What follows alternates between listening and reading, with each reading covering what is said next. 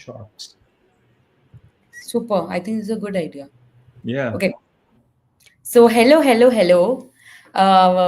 Today's episode, I have something interesting as part of Is That So's episode where we decode everyday shit for people.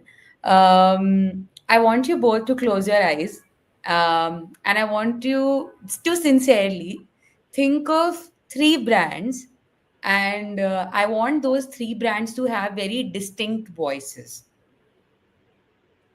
You can take like 15-20 seconds, think over it, and then we'll go with both your answers. And I want uh, Sid to go first today. Okay. All right. I know Swapnil sir will have something up his bag here. Yeah. Yeah. No. So I don't know. This is just top of mind recall. So I thought of IKEA, I thought of Patagonia, and I thought of Amul. Okay. Okay. Uh, Tell me how they are different and what you feel is different about them. So Patagonia is deeply connected to the environment and the movement around the environment. So it definitely stands out from a lot of other brands that we've got. So that's one. Amul clearly because there's so many long-term associated memories right from childhood. It also connects to trends and movements, funnily enough, but in a very different way, right? And IKEA stands for a movement now that I see it, but it doesn't proclaim it to be, and it's a very functionally driven brand and can be a bit tongue in cheek. So it's a little different from each other. That's what I thought. I don't know. Yeah. No, thanks Okay. for sharing that, Swapnil sir. So the brands that came to my mind, the first one is Innocent. Mhm. It's always been my favorite brand. It's possibly one of the first transparent brands or the white label brands as the world calls them. But the language has so much warmth, uh, right? It's very straight in your face, but there is almost an everyday speak kind of language that exists there, Mm. right? So this juice has nothing but two strawberries and nothing more, right? Exactly the kind of language that will be almost like the word on the street. The other brand that I have become a big fan of is a recent brand called Liquid Death. Completely in your face, extremely high level of irreverence. You're creating a brand out of almost saying IDGAF, right? Uh, and then third brand, I would always come back to Dove. I think a brand that lives the premise of care. So everything about, from the color codes to the way it speaks to the words that are chosen, it kind of keeps reminding that it's a brand that's built on the premise of care, and that's and care which is not therapeutic care, which is not RX, right? But it's care for self care, and therefore there's an inherent level of love for yourself that kind comes through. Interesting. Okay, so you both gave me answers that I was not expecting, but I think I had a bit of a moment where I was like, okay, everything feels very similar. Everything feels very much the same. So it was like weekend, and I think I was checking or clearing my notifications tab, and what came to my mind was if Swiggy or Zomato or Zepto or Blinkit, like whatever apps I was using, they didn't have their logos and the colors that were there. There was no way for me to really distinguish if this notification belonged to this brand. Mm. It felt like the space has become super templatized, and there's a very cheeky way of talking. Almost like agar the logo didn't exist, I wouldn't be able to distinguish a Zomato from a Swiggy, Mm. Instamart from a Blinkit, or a Zepto. And similarly, then I started thinking about more brands, like especially around skincare. And I see a lot of dupes, as I like to call them, of minimalist today, that I see like very clean skincare brands that are coming up in the market. Hair care is going through the same thing. Therefore, my question was like, today's D2C brand, it feels like everybody's doing the same thing. Enter AI, I feel that's even more increased. So in that world where everything feels so templatized, so A/B tested, and almost uh, um, playbooked to perfection, how should brands sort of stand out? And I feel like we are in an age where human interactions itself are a luxury. So thank you for gracing me with your presence, and would love to just get to know your thoughts on like where we are headed and what could a brand do to stand out in such an environment. Yeah. That's Did you so want to go interesting. first? That's so interesting. Yeah. So I thought that I'll give you something which might be food for thought. When my first job out of Mica was so with Sony Entertainment, and one of the things that I recognized was that if I covered the logo wherever it was off the screen, it was very difficult to actually understand whether it was Sony or Z or Colors or Star or whatever it was. And the only way in which you could recognize which channel it was based upon what program, which is basically the product, Correct. was on the screen. So I just think that that has started way back, and now it has become probably worse and worse and worse, especially with the AI aspect that you mentioned. So I just was reminded of that, and I'd love for Swapnil to come in as well. No, honestly, that the point that you raised, I think, was something that the channels also identified in the early 2000s, mid 2000s for sure. Mm. Because if you see, that was the time when that category also understood that there is a niche that they can create for themselves, right? And if you were to look at the catalog of products, the catalog of content that started coming on those channels started becoming very, very different, right? Mm. uh, Star Plus was a little more urban in its expression, but not in terms of outlook. Outlook was core family template. uh, Z and Colors were a lot more Hindi heartland, and Sony, for whatever it is worth, was possibly the most progressive women Person. character stories, Yeah. right? Yeah. Now, were they any progressive compared to the kind of content that you saw when you had what was that Mandira Bedi's program, Shakti, Shanti, something like that, Shanti? Shanti. Was it as progressive? Not at all, right? Because I think they also started understanding, which is what Netflix is doing now, that you start kind of getting down to the denominator because reach becomes a bigger deliverable. Yep. But they understood that, and you're absolutely right. And I think the point that you've raised, Krishni, on uh, Swiggy Instamart versus Zepto versus Blinkit, I think I personally also feel, and I've written it somewhere on social media also, that honestly Zepto is Blinkit in purple color, and Blinkit is Zepto in yellow and green, Yeah. right? It's I think it starts from the fact, and the other point that you also raised, and I think that again struck a deep chord, because when I we worked as a part of the work on asymmetry, we actually worked on launching a D2C brand in the personal care segment, and when we did that market research, we understood that there are so many brands that are saying the same thing, not even trying to say something different. Yep. The reason for that, honestly, I believe, starts from two things. One is risk aversion, which is to say, when it works, then why not? And Hmm. India is big enough to accommodate. We can have two butts on every chair. So, so I think that's where it starts from. You know this works, and therefore, why would you not want to do it?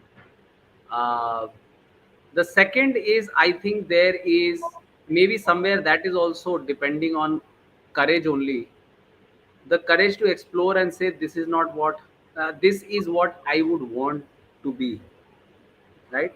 Both at the time, and I'm saying the primary responsibility of that sits with the brand, not the agency, right?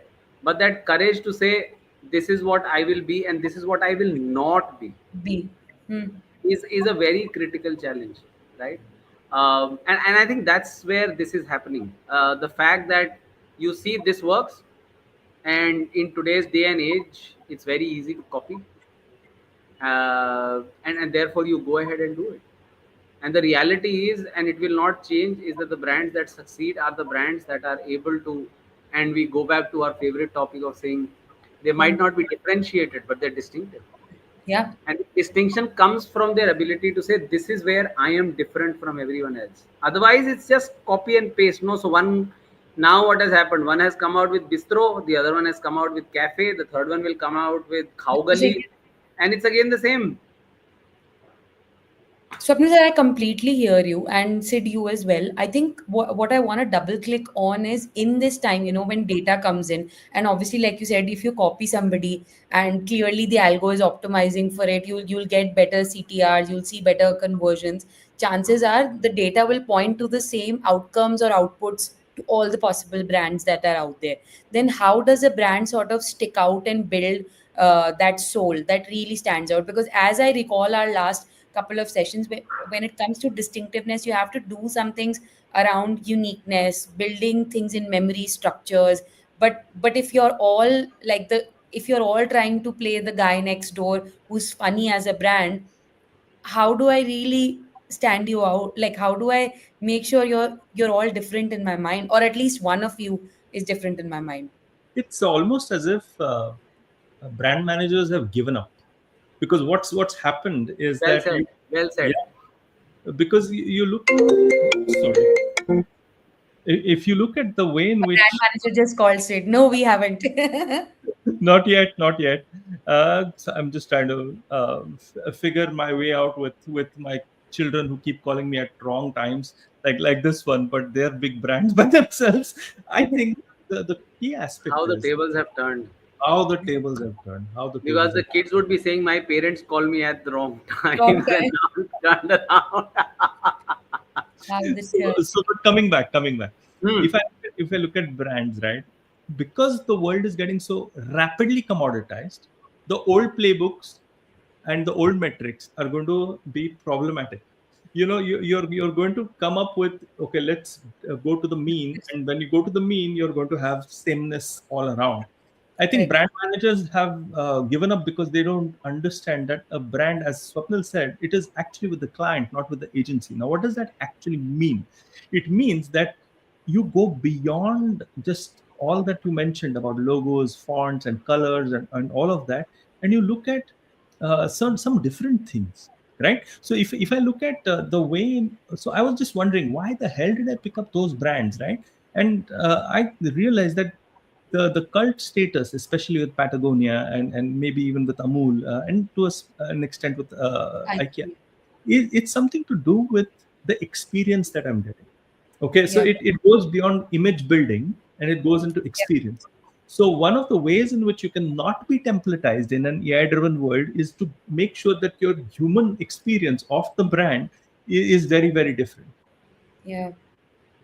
But can I ask you just it's going to be a tactical detour, but I really want to ask you. So in Sure. a brand that projects itself, to be comical, cheeky in some sense, especially in this Insta delivery space, what is it they can do in the human experience that could possibly stand out? Like, I'll take a counter example. Like with IKEA, to me, reliability comes a lot in mind. And whenever they do have delivery systems like here in India, it feels like, okay, if this guy comes, he's going to be a very responsible guy, takes care of their shit. I don't have to call my gate 1,000 times to get things organized, right? So how can something like this embody that in a human experience? So why does every brand need to be comical or topical or anything like that?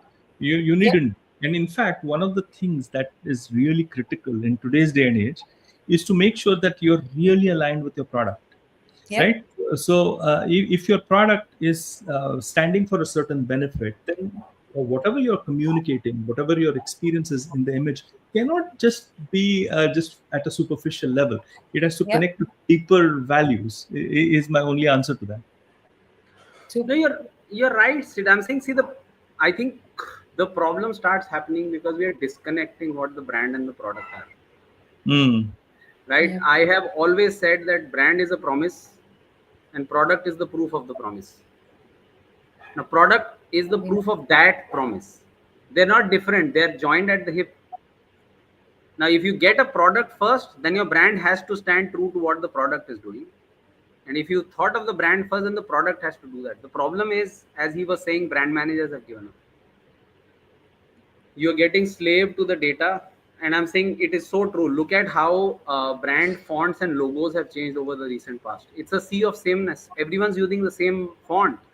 Yeah. right? It makes the job easy for the agency, right? हाँ कि इसको same चीज Because चिपका अगर tension ही नहीं लेनी है, right? There have been so many cases. Have you seen the change in ISB logo? No. I saw PwC. Look at the previous one and the new one. You would not even be able to recognize there is a change. It's that bad. But anyway, not the topic. No, and Right? on the What other have hand, been- just to interrupt you, on the other hand, if you do depart like Jaguar did, right? If you Yeah. do depart, you make it same like some other category, man. So Yeah. so it's Jaguar is such a brilliant example of everything that you could do to kind of. It's a booklet to say this is not what you should be doing, Yeah. yeah, right? And again, because you see, we need to understand that the brand, if it's an old brand, like it or not, but that's a hill that you've captured, and now you have to live and die to save that hill. yeah. Does Well it said. need to be contemporarized? Yes. But contemporarization does not happen by cutting the string. Your kite will fly away if you cut the string. You have to contemporize, you have to modernize because the consumer is changing. But the essence of what the brand means to the consumer cannot change. That's what equity is. Equity cannot be changed, right? And that's the problem that a lot of brands don't. They're not putting that together, right? If it's a new brand, also the question that is being on, and I think there is another problem, which is that a lot of new brands are looking at marketing as a cost Yep. and not an investment, Mm. Yep. right? Because you're looking at a cost and not as an investment, what you're doing is you're doing it to serve the purpose. Yeah. Yep. And it is when you're doing it to just serve that purpose that you're not creating anything. Why is there so much discussion on growth versus performance? Hmm. That discussion happens because one is not going to give you result tomorrow morning, but Yeah. I want everything tomorrow morning, Yeah. Yeah. right? And then, as I said, and I'm saying, there are, look at what Forest Essentials has done. Is it a Hmm. very old brand? No. But look at how beautifully distinctive it is in everything that the brand is doing. Yeah. And it is as Ayurvedic as it can get. And people are paying top dollar to get Forest Essentials. Yeah. This is not one very fancy, like right now there is this phase of, let's say, performance brands, right? In the sense, there are actives and because people know their alpha hyaluronic acids from their retinols. That day and age, there's a brand called Forest Essentials that is doing well for itself, creating the kind of presence for itself in a world. And I remember the first campaign on Levi's, when the world zigs, you zag. Yeah. It's zagging in that world where everyone's trying to be the same. If you look at the list of brands that are selling this performance in beauty, everyone's saying the same thing: clean, conscious, Yeah. chemist. These are the words that are coming over Yep. and over and over again. True, right? Yep. And That's it's happening because, And I and it's think happening this. because fundamentally there is a lack of clarity between what we are supposed to give to the person and how we are going to do that. I am not even now getting into that phase of saying, when you ask this what and how, there should be someone who asks, why are you doing this in the first place? Yeah. Yeah. Which is why templatization then becomes easy, because as Sid was saying, then the best thing to do is gravitate to the mean. Yeah. And then what will happen is, because everyone's sitting at the mean, the one person who starts diverging from there, Is the the one guy. who deviates from that is the one that starts running away with the market share. Yeah. Because everyone else is the same. No, in my consideration set, there is nothing that pushes me to say this is the brand I want to buy. I'll give you another input, right, which just struck me. And I think it's got something to do with how brand managers are responding to the sophistication of the customer. So, because the customer and because of all the chemicals that Swapnil mentioned, it just struck me. Because what's happening is that this customer is getting more and more sophisticated, so therefore more knowledgeable. There, because information is so available extensively about products and functionality of each category. It is very difficult to move away from that and work at a level which is slightly higher, at a benefit level, at an emotional level, unless and until you go really deep in and strike some core truth which nobody's expressed in that particular way. What tends to happen is that what you're just like, okay, this is easy, boss. What is easy is I'll say that I've got XYZ, and that's the only way to differentiate. Because the other method is really, really tough to do. And you're not differentiating, no, because if everyone has aha, Yeah. then where is the aha moment for the consumer? I think aha ka oho ho gaya. हाँ, See, वो but I also feel it's also not the brand manager's fault end of the day, because a lot of these companies that we are talking about, they are funded by VCs, or they are funded by, or they are often bootstrapped, and end of the day the metrics that get asked by people in these spaces are the bottom line, ki kitna profit bana. And therefore the inclination of somebody sitting in that spot is, yaar मैं performance पे इतना पैसा लगाता हूँ, at least I'll be making money, I'll save my job. So I guess I'm finding twofold, like two major problems. One is the person who has to make the decision, like how do they control the culture upwards, where they put distinctiveness above base level differentiation. And the second thing is, how do they solve this problem of projection versus actual experience that you build, which is like, I say my brand does this, but in reality I'm not able to replicate it in the human experience, see the right? sorry, the problem I'm saying. So honestly, it is still the marketing team's problem. Yeah. The biggest disservice that marketers have done to themselves is Is to let everyone believe that marketing is fluff and everyone can do marketing.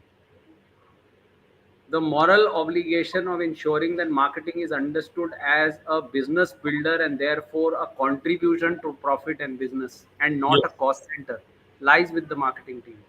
Yeah. But the Think only of it like this, and I'm yeah. saying it's a great question to ask anyone. Yeah. So people ask, what did you do? And the problem is, when this is a question that is asked, everyone wants to put across saying A, B, C, D, E. And then, as I said, there is that question to say, therefore, let me show numbers. Yeah. But sadly, the basic premise of any product is that it's sales overnight and brand over time. Right now, those brands that are very big today, that are considered to be legendary brands, were not built over one day. Yeah. And even if they had a great spike, Spike they in. kept on invested behind it. Right. The problem is this, and that's the marketing team's disservice, which is why I'm saying the data clearly shows that the CMOs in the organization have the shortest time period in the organization. The CMOs last the lowest tenure in the organization because of this problem. बताओ बेटा तुमने क्या किया, आपके पास क्या है दिखाने को? And I'm saying fundamentally, if you want to understand the value of marketing, it is one of those cases where it has gone to a stage saying, let's stop marketing tomorrow and then see what happens. Your Exactly. value will be understood when you're missing from the picture. It's almost like salt. The problem that is happening is, well, and that's where it's marketing team's responsibility. If people don't see the value, it is our job to tell them this is what the value we're providing. Yeah, Swapnil, I hear you, but But what I'm wondering is, how the hell do you do that? I'll tell you why. Because the answerability, I think, which Krishni was alluding to, comes from metrics which are shorter term. And as you said, CMOs get fired because they're asked for data and results and and stuff like that. those very same questions get asked, like, what if I were to shut everything tomorrow? Yeah. Would this still not be happening? Like, those Yeah. exact questions come to my mind. So I was wondering, and maybe this is not the episode to do that, but how does marketing actually compete and state its case With others. in a world which is looking at marketing as fluff? And how does marketing actually take that responsibility, or actually look at changing opinions about things in an organization which is looking at, so it is a brand brand problem, it's a perception problem, isn't it? And there are no easy answers to that. Absolutely. I See, I think mean, one of the best ways to solve this problem, in my mind, is to look at long-term data on organizations where marketing is central to decision making, and organizations where marketing is a downstream function. Mm. And look at the performance. I would like to bet my money on the fact that organizations where marketing is part of the core thinking team, Yeah. they tend to perform consistently better over a long period of time than organizations that invest only on one part of the function. And Yeah. when I say marketing, I am looking at both in the terms of Byron Sharp. I am looking at both mental availability and physical availability, and to that extent, there is a very close relationship with the sales team that needs to be maintained. But the problem that happens is, and I'm saying this is honestly, that's the only place where a marketing team needs to kind of be given the benefit of doubt. The fact that if the sales team says I did everything, please tell me how you've contributed, honestly they would never have an answer. But the reality is I can do distribution tomorrow morning. Let's see, without any marketing input, how much of offtake will you get? One of the things that struck me, Krishni, sorry to interrupt. I could see a question mark on your face, so I'm going to just ask you to hold on to that. One of the major criticisms of Byron Shah is that his book's name is called How Brands Grow, and actually he doesn't mention the how. What he talks about is the why brands grow, actually. So, Yeah. and the data behind that, but he doesn't actually tell you how. and Oh. and yeah, and that's a problem. I agree with that criticism, because he doesn't create a playbook saying, okay, you know what, this is why brands grow, and now this is how you need to address it. So it's an open No, question. but I think okay. that's what's coming to my mind repeatedly, that we're saying let's take out the data of all the brands, and this is the hypothesis and we'll be able to validate it. But think about a marketing manager that's sitting in those companies, or a team of marketing managers who has to sit and listen from the CEO and then try to justify it. I think I completely agree that it's their job, but Yeah. I also have to say it's a bloody tough job to do. It is, without a doubt. And Sid, like you were saying, no, I think there is a very big reason why that how does not exist. Because Because if it you gets do not, templatized, no, then it's because like, no, the point is you cannot have a templatized solution. No, it is yeah. telling you people buy a category, or people buy because of A and B and C, but you still need to be distinctive. If he were to tell you, therefore, okay, this is what you should be selling, then what do you do? Then you're again becoming the same. I So the think that how, yeah, no, I think I my must. mind, in Can my I ask mind, one sorry, question? yeah, Okay. please. So see, there is, like, great athletes are not born; they work towards it, right? There is no playbook कि इतना भागोगे ये करोगे तो you will be there. But there are those guiding principles, right? Like if you consistently practice, if you eat clean, if you have XYZ things, your performance is likely to be better, Yeah. right? Like Virat Kohli, Cristiano Ronaldo are good examples of bringing in that consistency to long last your sports career, right? So, what could, let's say, a marketer in these spaces do? And I'm not saying from a career perspective, but if they were to get marketing for their brand, right, do two, three things. Because we all, I think, agree it's safe to say that bringing that culture change where you can go and tell your CEO, you know what, marketing is the most important thing. Listen to me, right? Is going to be difficult. But like, what are two, three things that a marketer could do?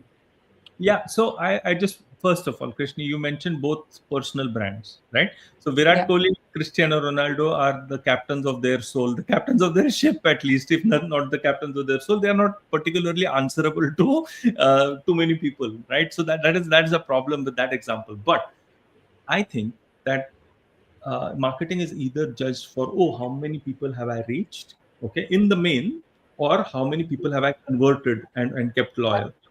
What hasn't been really established is a different set of metrics in the middle, right? So when I'm looking at how many people am I continuously engaging, okay, how many people am I actually getting people to consider over competition and stuff like that. So there is no solid set of metrics which is very physical, which is not just only connected to revenue or only connected to the number of people who are exposed to whatever your communication is.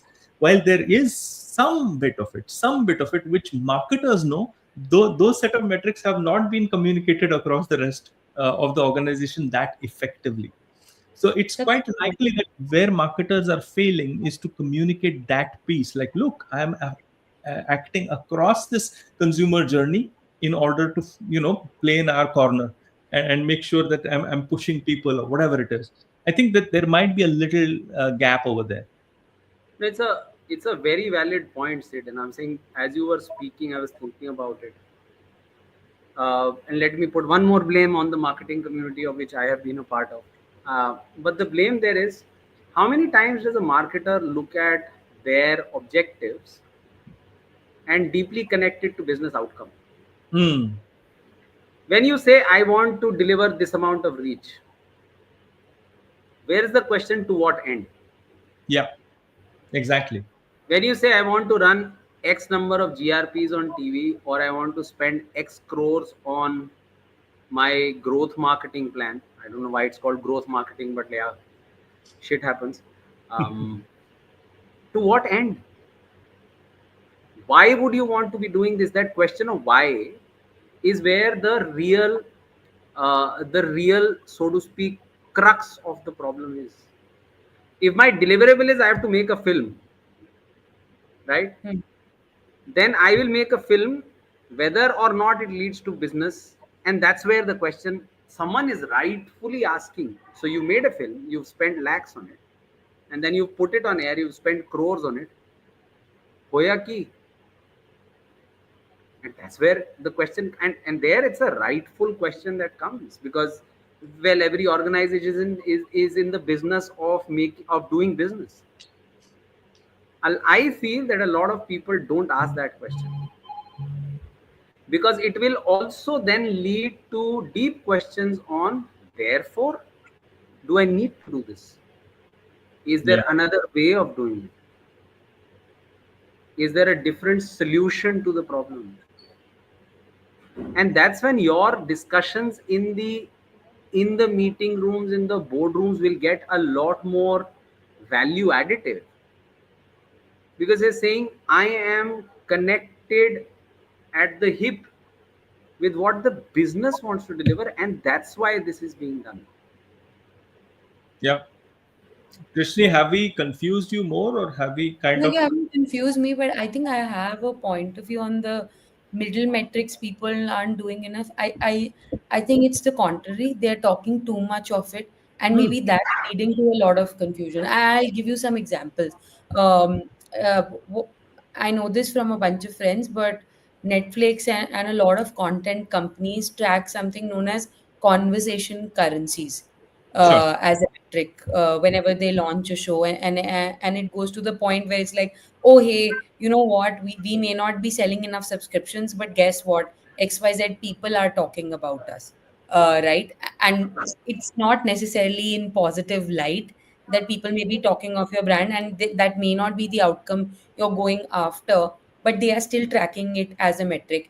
And similarly, I've seen a lot of marketers in the D2C space with the rise of hashtags and everything that track that, oh, we did this brand campaign, we didn't see the output, but we are seeing more people engaged with us. So I think there is initiation towards there somewhere in the funnel, but I think it echoes more to Swapnil sir's point around, I don't think people are chasing the right metrics. It's almost like whatever's been established and not even established, whatever is measurable is the right metric. I think to me that's really the problem statement, because people are like, हाँ हम ये capture कर सकते हैं, let's go and tell it in the meeting. Because I think when you're in those tough meetings, it's more about uh, giving an answer. It's Evidence. not Evidence. leading to the right hypothesis, so to Yeah, say. no. So I completely agree with what you just said.